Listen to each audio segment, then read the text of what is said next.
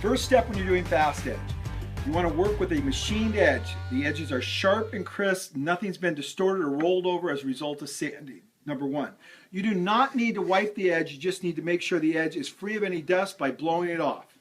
The next step is you have your fast edge that's come out of your roll and it has a slight curve to it. You want to get rid of that curve. Now I'm going to show you how to get rid of it. It's so simple you won't believe it.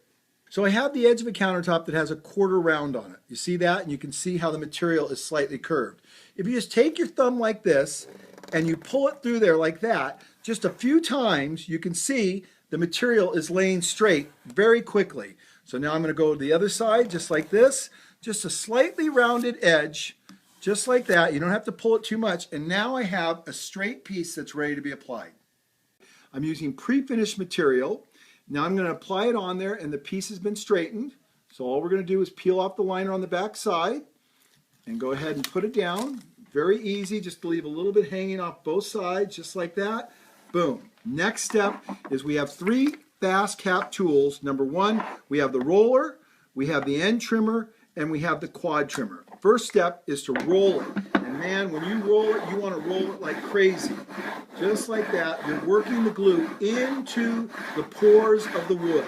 Now, if you want, you can also trim it first so you don't break the edge. Just trim that end just like that with the flush cut trimmers. The best way to do that is to take this surface here, hold it firmly against there, and trim, and you're done, and you'll get a perfect edge. Now when you come back with the roller, you can apply a lot of pressure without worrying about breaking the edge.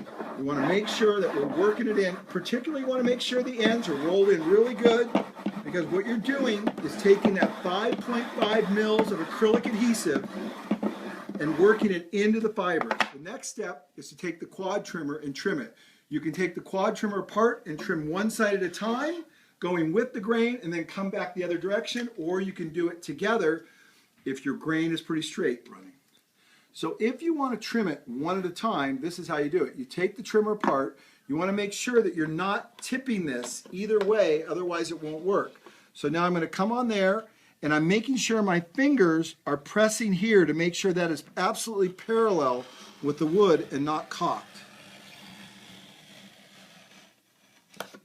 So I've trimmed one side at a time. You can see I have a perfect job there. It looks just absolutely perfect.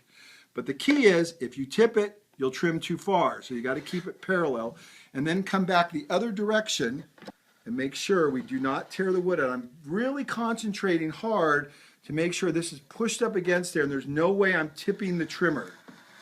And I also trim slow. When I'm doing wood, you want to do a lot of finesse here. You do not want to be too quick.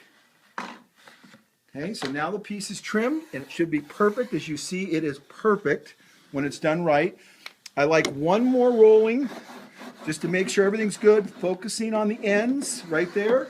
And then if you really want to make it look really killer, you can take our fast break, which will break the ends and make sure no chipping occurs anywhere. So back and forth a few times, you break both edges, and now you have a perfect fast edge every time when you follow those techniques.